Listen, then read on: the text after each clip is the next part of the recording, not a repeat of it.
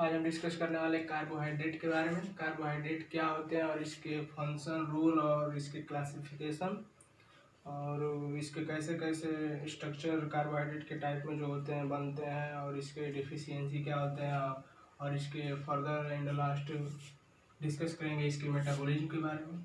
तो स्टार्ट करते हैं फर्स्ट कार्बोहाइड्रेट से।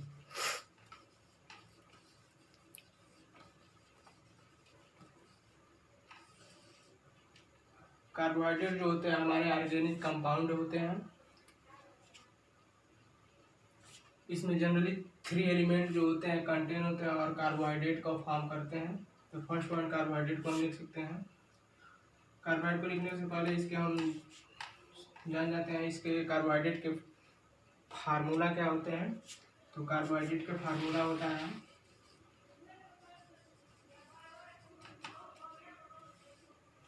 CnH2O का होल एंड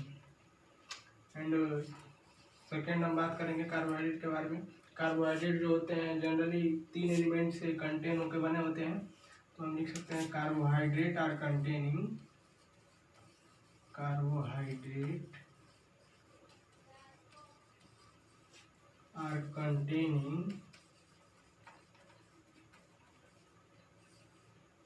3 एलिमेंट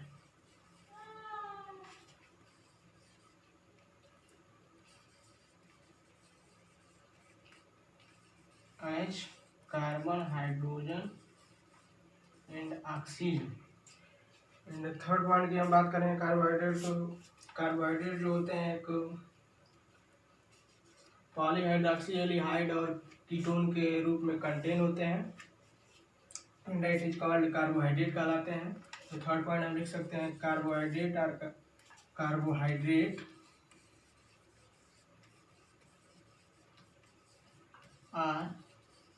पॉलीहाइड्रोक्सी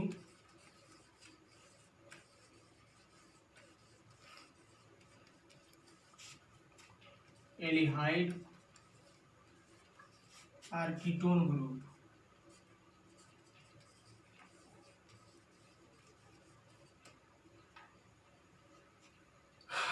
इसको रैंडम नोट डाउन कीजिए, फिर आगे हम देखते हैं।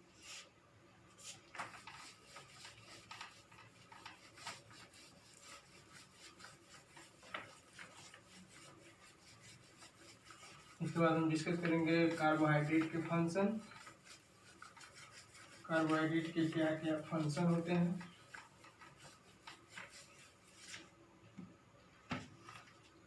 फंक्शन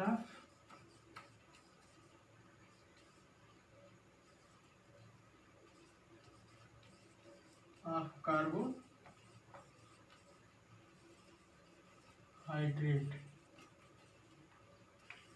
कार्बोहाइड्रेट के फंक्शन क्या क्या होते हैं।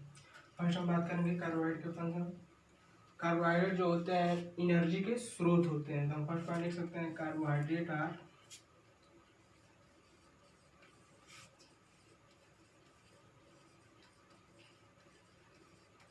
Source of energy. कार्बोहाइड्रेट जो होते हैं एनर्जी के स्रोत होते हैं। सेकेंड हम बात करेंगे कार्बोहाइड्रेट जो होते हैं रिस्पॉन्सिबल होता है हमारे सेल ग्रोथ के लिए, एडहेशन के लिए एंड फर्टिलाइजेशन के लिए। तो हम लिख सकते हैं इसे carbohydrate are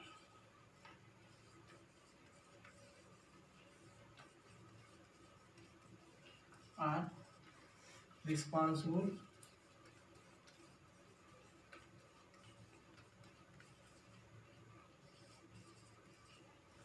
for cell growth, adhesion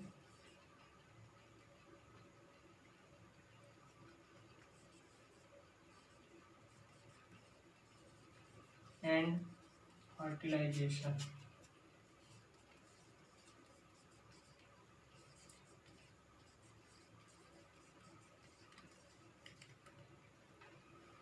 third हम बात करेंगे कार्बोहाइड्रेट जो होते हैं ग्लाइकोजन के रूप में स्टोरेज होते हैं या बने होते हैं।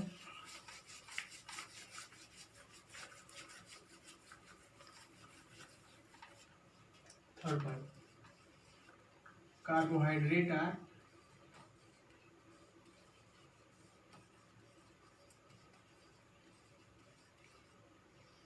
स्टोरेज फॉर्म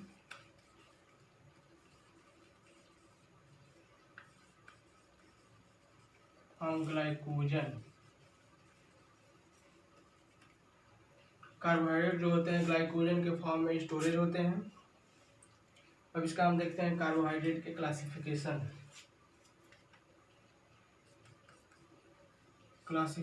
ऑफ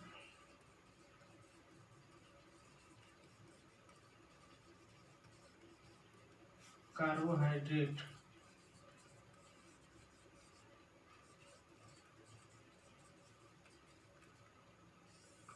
कार्बोहाइड्रेट जो होते हैं कितने प्रकार के होते हैं। कार्बोहाइड्रेट को निम्न बेसिस के आधार पर इसे डिवाइड किया गया है।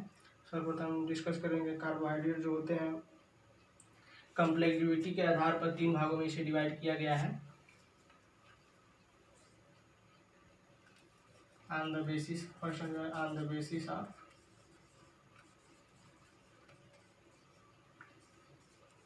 कम्प्लेक्सिटी।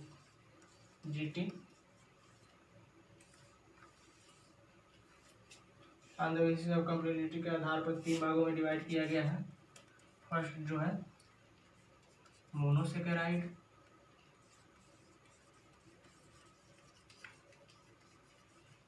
सेकेंड जो है ओलिगोसेकेराइड,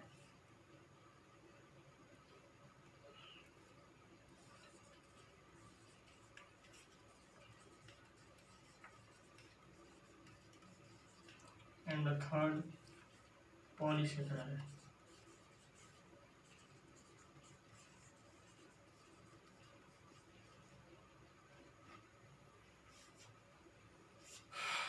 ओलिगोसेकेराइड को फर्दर डिवाइड किया गया है 2 पार्ट में। एक हो गया आपका डाइसेकेराइड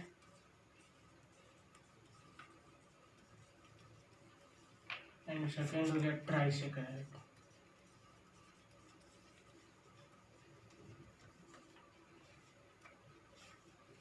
फर्दर हम डिस्कस करेंगे मोनोसेकेराइड के बारे में।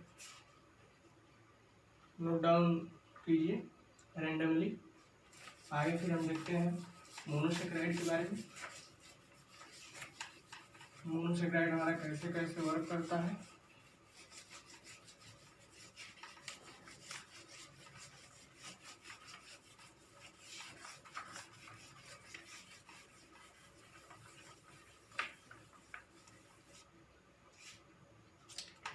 First monosaccharide.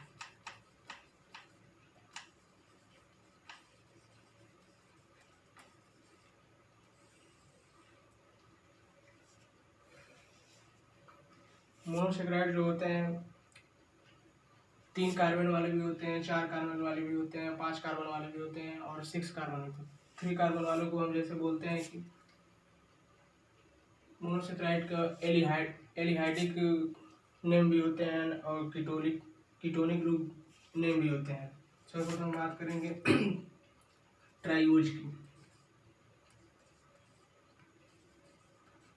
यहाँ पे एलिहाइडिक ग्रुप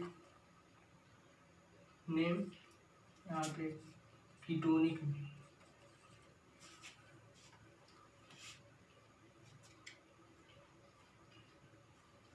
ट्राइयूज को हम एलिहाइडिक ग्रुप में बोलते हैं ग्लिसरेलिहाइड, ग्लिसरल-एल्डिहाइड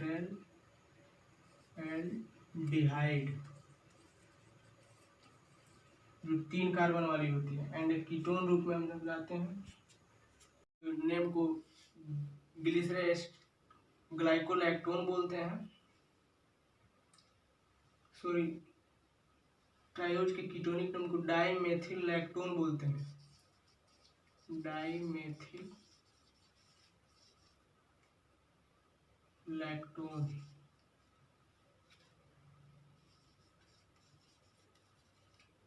उसके बाद हम सेकंड बात करते हैं टेट्रोज की।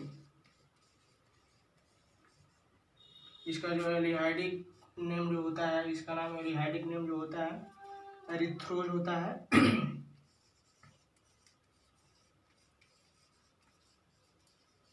एरिथ्रोज होता है। और जो इसका कीटोनिक कीटोनिक नेम होता है एरिथ्रोलोज बोलते हैं उसे, एरिथ्रोलोज। थर्ड पॉइंट हम बात करते हैं पेंटोज की। पेंटोज के एल्डिहाइडिक ग्रुप के नेम को बोलते हैं राइबोज।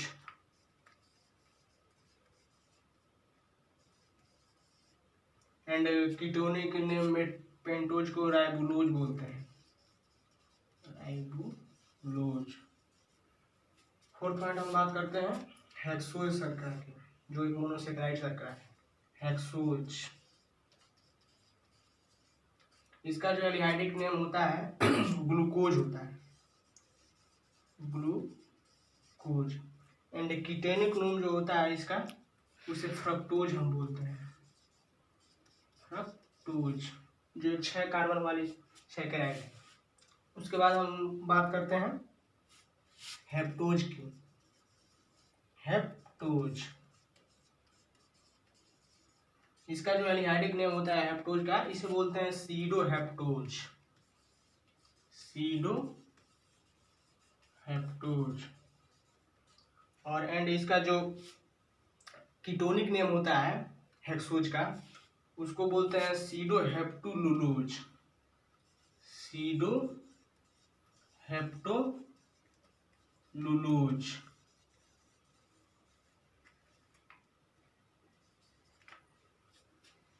उसके बाद हम जस्ट बात करते हैं ग्लूकोज के स्ट्रक्चर को, जो डी एंड एल के रूप में होते हैं।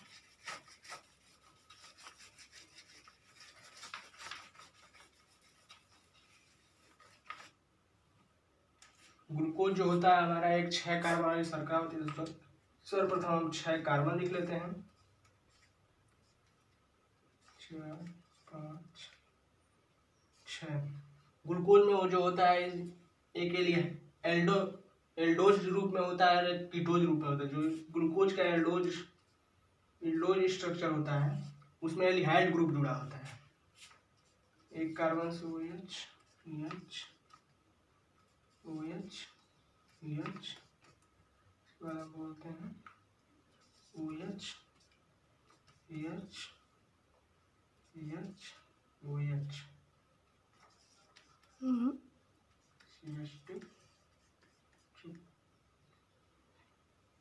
इसे हम बोलते हैं डी ग्लूकोज। उसके बाद हम इसका कीटोनिक ग्रुप देख लेते हैं। कीटोनिक, जो कीटोन जिसमें ग्रुप जुड़े होते हैं एक्सोज,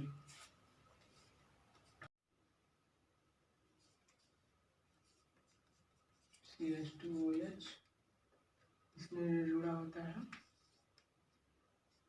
OH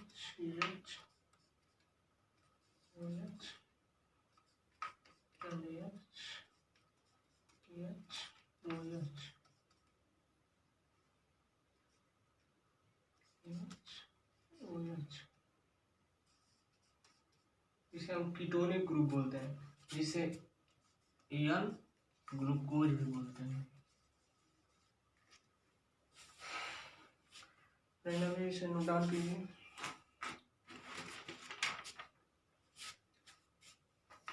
इसके बाद हम बात करते हैं कार्बोहाइड्रेट के नेचर क्या क्या होते हैं।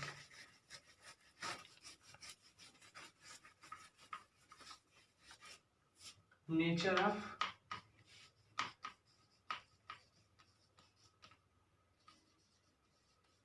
Carbohydrate.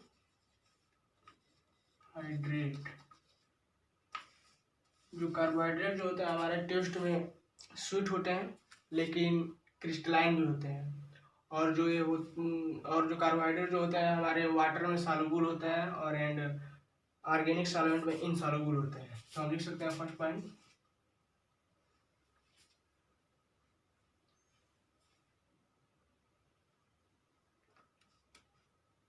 Monosaccharide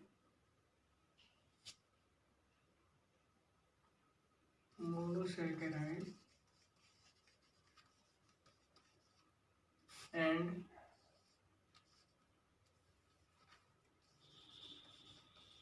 oligosaccharide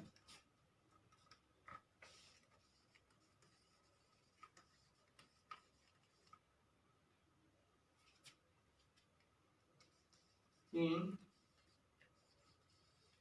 sweating taste crystalline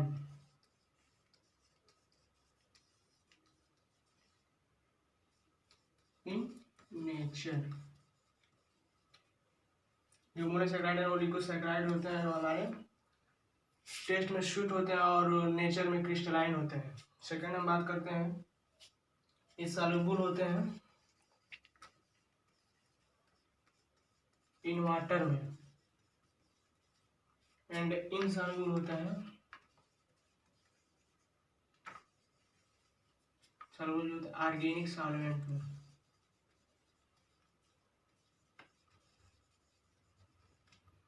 example की हम बात करते हैं तो ईथर आपका हो जाएगा, एल्कोहल हो जाएगा, एस्टर हो जाएगा,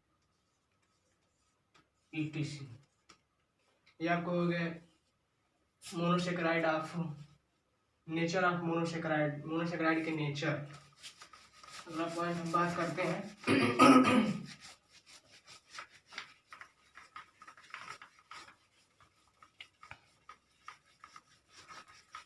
ग्लूकोज की केमिकल नेचर के बारे में।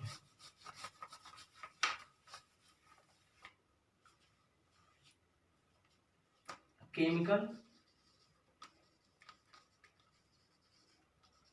Nature of glucose. ग्लूकोज का हमारा ऑक्सीडेशन भी होता है, रिडक्शन भी होता है एंड हाइड्रेशन भी होता है। फर्स्ट हम बात करेंगे रिडक्शन की।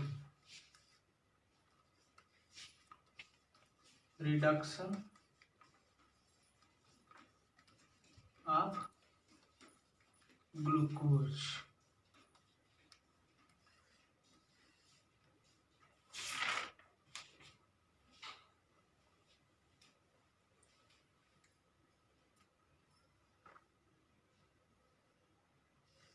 ग्लूकोज का जब हम रिडक्शन कराते हैं फास्फोरस एंड हाइड्रोजन आयोडाइड की उपस्थिति में तो हमारा सॉर्बिटॉल बनता है। Sorbitol in the presence of phosphorus and hydrogen iodide की उपस्थिति में। अगला हम बात करते हैं बील। वही जब हम राइबोज यानी पेंटोज शर्करा का जब रिडक्शन कराते हैं इन the presence of phosphorus and hydrogen iodide की उपस्थिति में तो राइबोटोल बनता है। तो हम फर्दर फ्रक्टोज राइबोज की बात करते हैं। राइबोज जब इसका हम रिडक्शन कराते हैं फास्फोरस एंड एचआई की उपस्थिति में तो फर्दर मेरा राइबोटोल बनता है। अगला हम बात करते हैं सी फ्रक्टोज का। फ्रक्टोज को जब हम फास्फोरस और हाइड्रोजन आयोडाइड की उपस्थिति में रिएक्शन कराते हैं तो पुनः यह सॉर्बिटॉल एंड माइनिटॉल का रूप ले लेता है। सॉर्बिटॉल प्लस माइनिटॉल कन्वर्ट हो जाता है in the presence of phosphorus and hydrogen iodide की उपस्थिति में। माइनिटॉल जो हमारा होता है रिस्पॉन्सिबल होता है यूरिनेशन के फॉर्मेशन में रिस्पॉन्सिबल होता है। रिस्पॉन्सिबल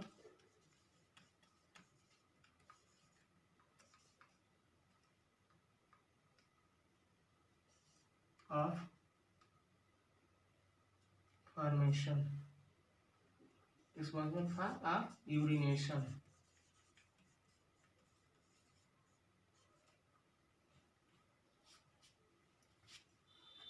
अगला हम बात करते हैं ऑक्सीडेशन। ग्लूकोज फ्रक्टोज और राइबोज के ऑक्सीडेशन के बारे में। जब ऑक्सीडेशन की प्रोसेस होती है तो कौन कौन से सब्सटेंस में कन्वर्ट हो जाते हैं। इसमें भी एंजाइम की उपस्थिति में ऑक्सीडेशन की प्रक्रिया होती है। तो हम बात करते हैं सेकेंड, ऑक्सीडेशन ऑफ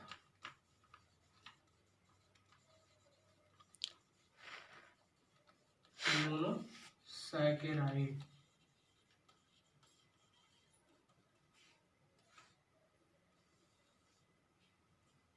फर्स्ट हम बात करते हैं ग्लूकोज की।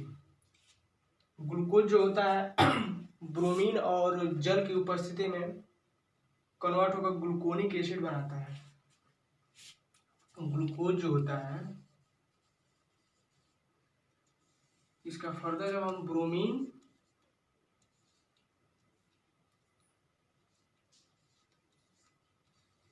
एंड वाटर की उपस्थिति में ऑक्सीडेशन कराते हैं तो ग्लूकोनिक एसिड में कन्वर्ट हो जाता है। ग्लूकोनिक एसिड में कन्वर्ट हो जाता है। यही जब हम ग्लूकोज को फर्दर एक स्ट्रांग ऑक्सीडाइजिंग एजेंट यानी नाइट्रिक अम्ल की उपस्थिति में कराते हैं तो नो रिएक्शन देता है, HNO3, तो नो रिएक्शन देता है, कोई रिएक्शन नहीं देता है। स्ट्रांग जो एक नाइट्रिक अम्ल एक स्ट्रांग ऑक्सीडाइजिंग एजेंट है।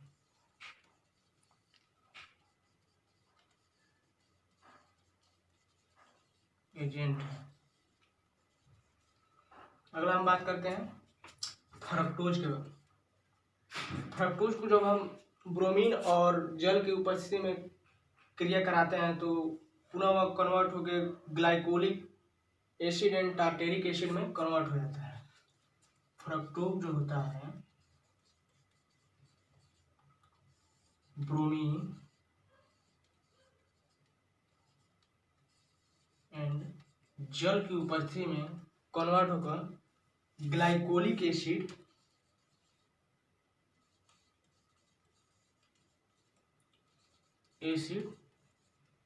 प्लस टार्टेरिक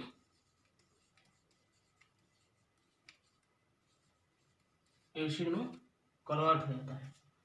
ग्लाइकोलिक एसिड के हम स्ट्रक्चर की बात करते हैं। स्ट्रक्चर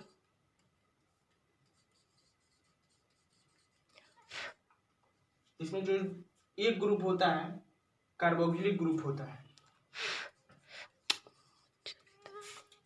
एक ग्रुप जो होता है कार्बोक्सिलिक ग्रुप होता है जिसे हम ग्लाइकोलिक एसिड बोलते हैं। टार्टेरिक एसिड का जो स्ट्रक्चर होता है इसमें आपका दो कार्बोक्सिलिक ग्रुप होते हैं।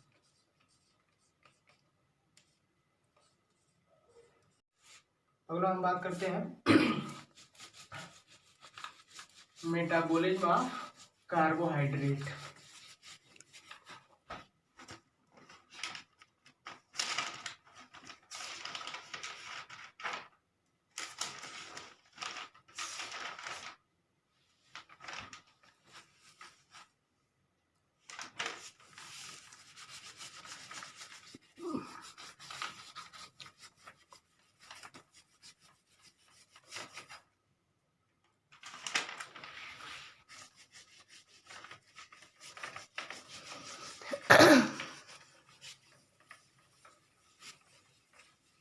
मेटाबॉलिज्म ऑफ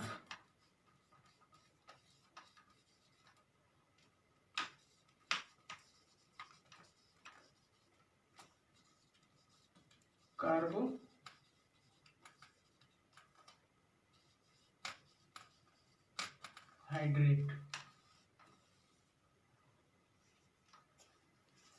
कार्बोहाइड्रेट में जो होते हैं हमारे पॉलीसेकेराइड, ओलिगोसेकेराइड यानी डाइसेकेराइड या मोनोसेकेराइड जो होते हैं, जब इसका डाइजेशन कराया जाता है तो पॉलीसेकेराइड जो होते हैं हमारे ग्लाइकोज में कन्वर्ट हो जाते हैं और डाइसेकेराइड जो होते हैं फ्रक्टोज में कन्वर्ट हो जाते हैं। वही जो मोनोसेकेराइड हो जाता है डाइजेशन उसका जब कराया जाता है तो ग्लूकोज में कन्वर्ट हो जाता है। तो प्रथम बात करते हैं पॉलीसेकेराइड।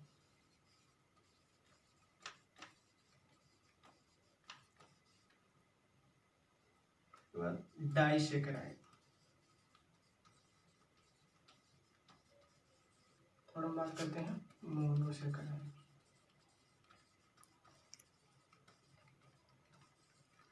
जब हम तीनों का डाइजेशन कराते हैं,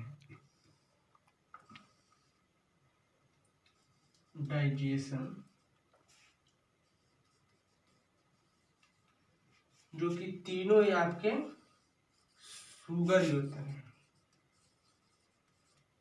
जब हम इसका डाइजेशन कराते हैं तो पॉलीसेकेराइड कन्वर्ट होकर ग्लैक्टोज में बदल जाता है,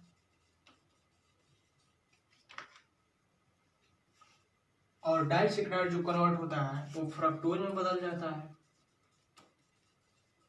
एंड मोनोसेकेराइड आपका ग्लूकोज में बदल जाता है। कार्बोहाइड्रेट जो होती है उसमें कई सारी प्रक्रियाएं होती हैं, जैसे ग्लाइकोलिसिस, ग्लाइकोजिनोलाइसिस, ग्लाइकोनियोजेनेसिस, ग्लाइकोजेनेसिस, ये 4 प्रकार की हमारी जो प्रक्रिया होती है कार्बोहाइड्रेट के मेटाबॉलिज्म में ही होती है। तो हम एक एक करके सबको हम देखेंगे। तो सर्वप्रथम हम बात करते हैं ग्लाइकोलिसिस की। ग्लाइकोलिसिस क्या होता है?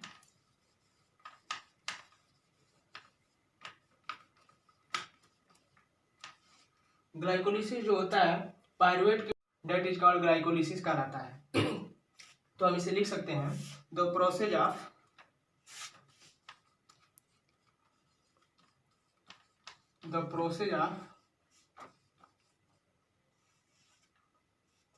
Glucose molecule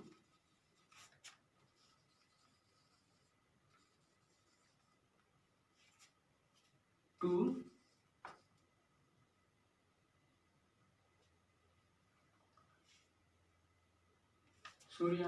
break down. जब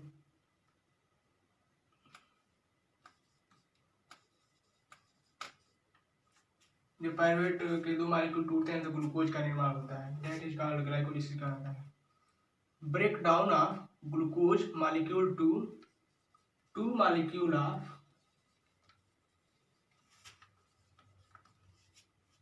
pyruvate, that is called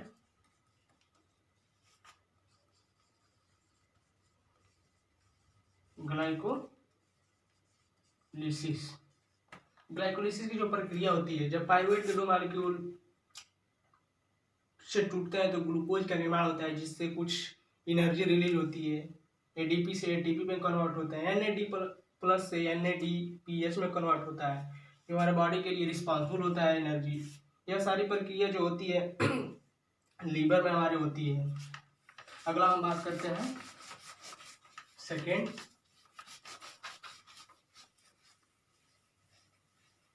glycogenesis.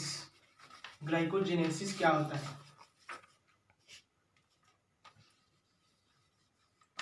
Glycogenesis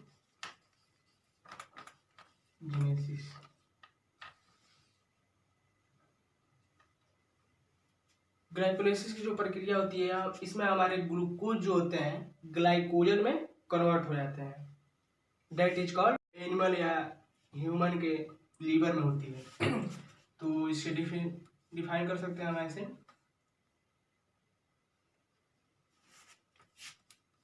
the conversion of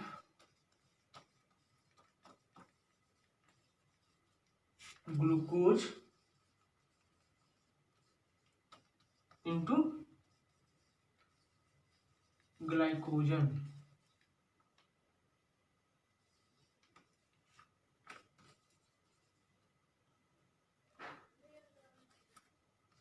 in liver, that is called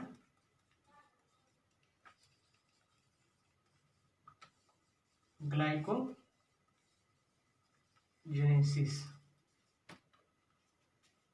जो ग्लूकोज का होता है कन्वर्ट ग्लाइकोजन में हो जाता है, यह प्रक्रिया लीवर में होती है, जिसे ग्लाइकोजेनेसिस कहते हैं। आगे हम बात करते हैं ग्लाइकोजिनोलाइसिस के बारे में। ग्लाइकोजिनोलाइसिस की प्रक्रिया में क्या होता है? तो थोड़ा हम बात करते हैं glycogenolysis.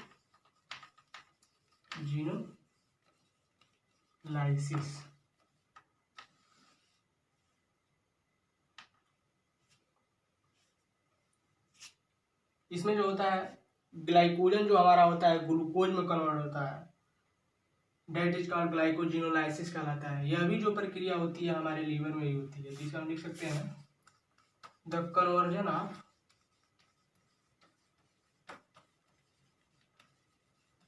Glycogen into glucose in liver, that is called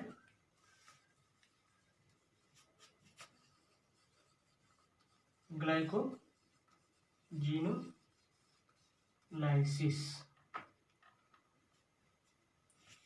randomly note down कीजिए। तो आगे हम देखते हैं। इसके बाद हम बात करते हैं ग्लाइकोनियोजेनेसिस। जो लास्ट पॉइंट है मेटाबॉलिज्म के अंदर जो भी 4 पॉइंट आते हैं जो प्रोसेस होती है, तो लास्ट हम बात करते हैं ग्लाइकोनियोजेनेसिस। इसमें जो हमारा होता है ग्लूकोज का सिंथेसिस और डिग्रेडेशन भी होता है। इसमें जो हमारा होता है ग्लूकोज का सिंथेसाइज भी होता है और इसका डिग्रेडेशन भी होता है, डेट इज कॉल्ड ग्लाइकोनियोजेनेसिस कहलाता है।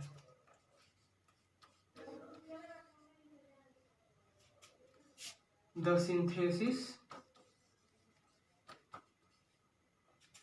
And the synthesis or degradation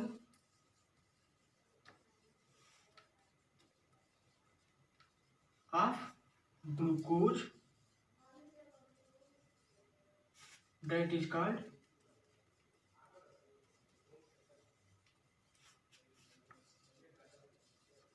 gluconeogenesis. इसमें जो ग्लूकोज का सिंथेसिस भी होता है और हमारा या डिग्रेडेशन भी होता है, डेट इज कॉल्ड ग्लूकोनियोजेनेसिस कहलाता है। इसके बाद हम बात करते हैं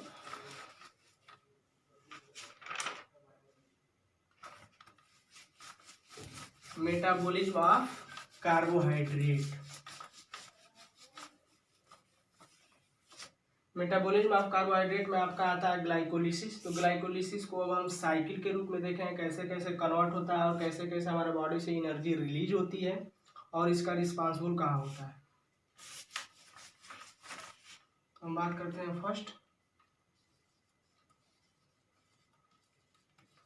ग्लाइकोलिसिस। ग्लाइकोलिसिस की प्रक्रिया जो होती है हमारे लीवर में होती है और ये 2 प्रोसेस होती है, एक एरोबिक प्रोसेस और एक दूसरा second anaerobic process. Aerobic process जो होता है इसमें 8 एटीपी रिलीज होती है और एनारोबिक जो प्रोसेस होता है इसमें 2 एटीपी मात्र रिलीज होती है। सर्वप्रथम बात करते हैं ग्लाइकोलिसिस को। तो ग्लाइकोलिसिस को हम एम्बेडेन मायर हाफ के नाम से भी जाना जाता है। तो इसे हम लिख सकते हैं it is also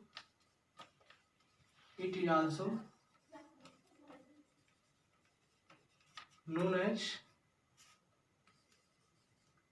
Embeden-Meyerhof pathway।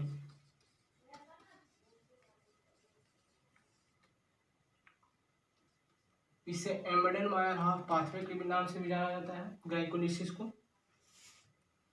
इसमें जो होता है पायरुवेट एंड लैक्टेट का ऑक्सीडेशन होता है ग्लूकोज में। तो हम सेकेंड पॉइंट लिख सकते हैं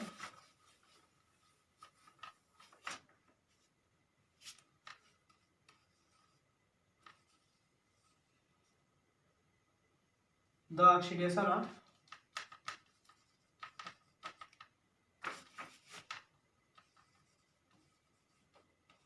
ग्लूकोज टू लैक्टेट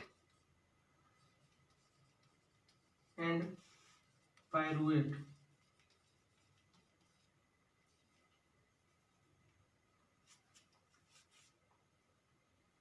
जो हमारा ग्लाइकोलिसिस में होता है लैक्टेट और पायरुवेट से ग्लूकोज का ऑक्सीडेशन होता है, जिससे हमारे एनर्जी रिलीज होती है एटीपी के रूप में, हमारे बॉडी के लिए रिस्पॉन्सिबल होता है। यह ग्लाइकोलिसिस की जो प्रक्रिया होती है साइटोसोल में होती है। तो हम इसे थर्ड पॉइंट लिख सकते हैं,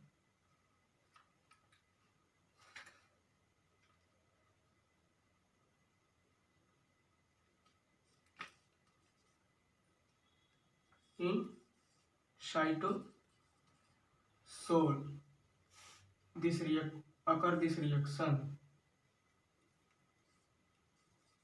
occur this रिएक्शन। इसके बाद हम फर्दर इसके साइकिल की बात करते हैं, कैसे कैसे कन्वर्ट होकर कौन सा एंजाइम कब वर्क करता है, कितने एटीपी रिलीज होती है, एरोबिक प्रोसेस में कितने एटीपी रिलीज होती है, कितने कंज्यूम होती है। तो इसका हम बात करते हैं साइकिल के रूप में। सर्वप्रथम जो होता है ग्लूकोज जो होता है कन्वर्ट होता है ग्लूकोज 6 फास्फेट में in the presence of hexokinase या ग्लूकोकाइनेज की उपस्थिति में।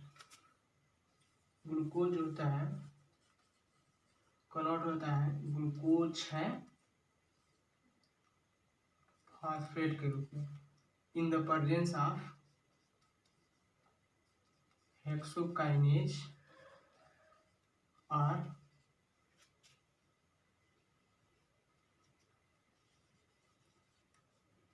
ग्लूकोकाइनेज एंजाइम की उपस्थिति में।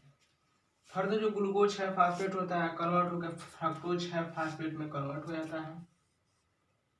Fructose 6 phosphate in the presence of phosphatase isomerase enzyme की उपस्थिति में। फास्फेटेज आइसोमरेज एंजाइम की उपस्थिति में ग्लूकोज 6 फास्फेट कन्वर्ट होकर फ्रक्टोज 6 फास्फेट में कन्वर्ट हो जाता है। फ्रक्टोज 6 फास्फेट फर्दर कन्वर्ट होकर फ्रक्टोज 1,6 बाइफास्फेट में बदल जाता है। फ्रक्टोज 1,6 बाइफास्फेट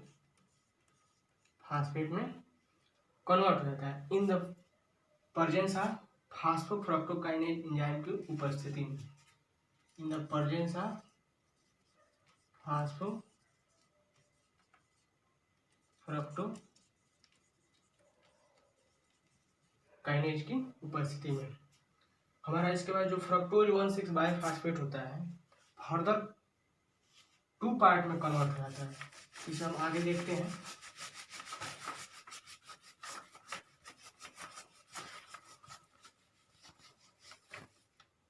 फ्रक्टोज 1,6 बाइफास्फेट 2 पार्ट में कन्वर्ट हो जाता है।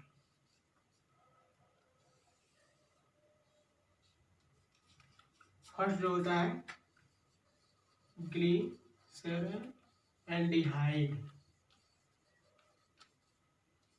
3 फास्फेट एंड सेकेंड जो होता है ट्राइग्लिसरॉल में कन्वर्ट हो जाता है।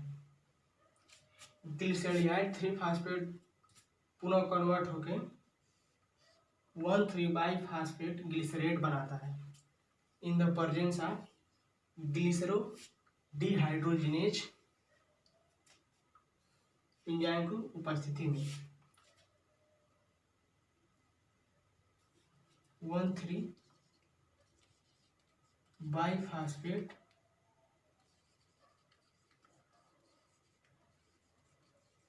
ग्लिसरेट में बदल जाता है in the presence of glyceraldehyde three phosphate dehydrogenase enzyme की उपस्थिति में। और तो हम बात करते हैं 1,3-बाईफास्फोग्लिसरेट जो होता है कन्वर्ट होके 3-फास्फोग्लिसरेट बना देता है। 3-फास्फोग्लिसरेट में बदल जाता है। पूरा जो 3-फास्फोग्लिसरेट होता है कन्वर्ट होके 2-फास्फोग्लिसरेट में कन्वर्ट हो जाता है in the presence of phosphoglycerate म्यूटेज की उपस्थिति में। फास्फोग्लिसरेट म्यूटेज एंजाइम की उपस्थिति में 2-फास्फोग्लिसरेट जो होता है फर्दर कन्वर्ट होके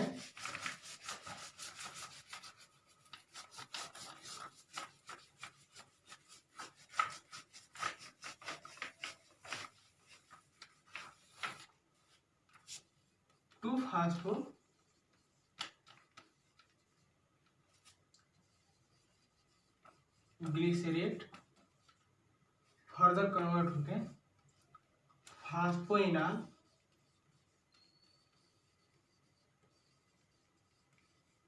पायरुवेट में कन्वर्ट होता है in the presence of inulase enzyme की उपस्थिति में। उसके बाद हम देखेंगे फास्फोइनॉल पायरुवेट जो होता है फर्दर कन्वर्ट होके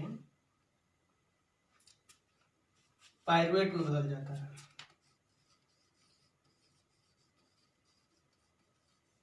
इन the presence of pyruvate kinase enzyme की उपस्थिति में। पायरुवेट काइनेज एंजाइम की उपस्थिति में पायरुवेट जो होता है फर्दर कन्वर्ट होके लैक्टेट में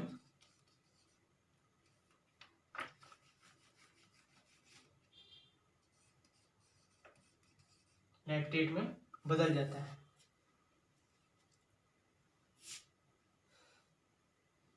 इसके बाद हम बात करते हैं इसके डिसऑर्डर की। ग्लाइकोलिसिस में कौन कौन से डिसऑर्डर हो सकते हैं?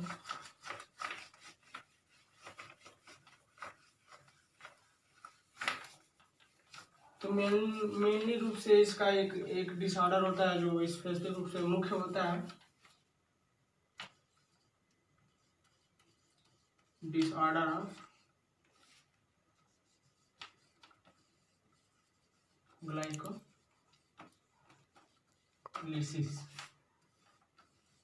मेनली एक ही होता है जो हीमोलिटिक एनीमिया के रूप में डिजीज होता है। हीमोलिटिक एनीमिया के रूप में हीमोलिटिक एनीमिया जो होता है जिसमें हमारे ब्लड में आयरन की कमी हो जाती है, तो हीमोलिटिक एनीमिया डिजीज हो जाता है जिससे हमारे बॉडी में सिम्पटम जो आते हैं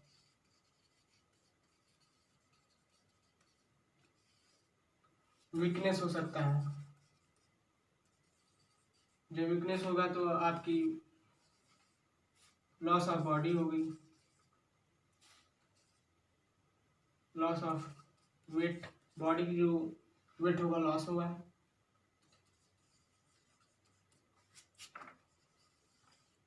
थर्ड जो होगा आपकी टायर्डनेस होगी।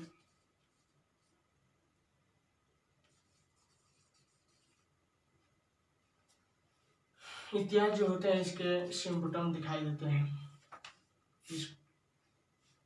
आगे हम फिर से मिलेंगे कार्बोहाइड्रेट मेटाबॉलिज्म का जो अगला पार्ट होगा सिट्रिक साइकिल, जो इसको अगले वीडियो में हम डिस्कस करेंगे।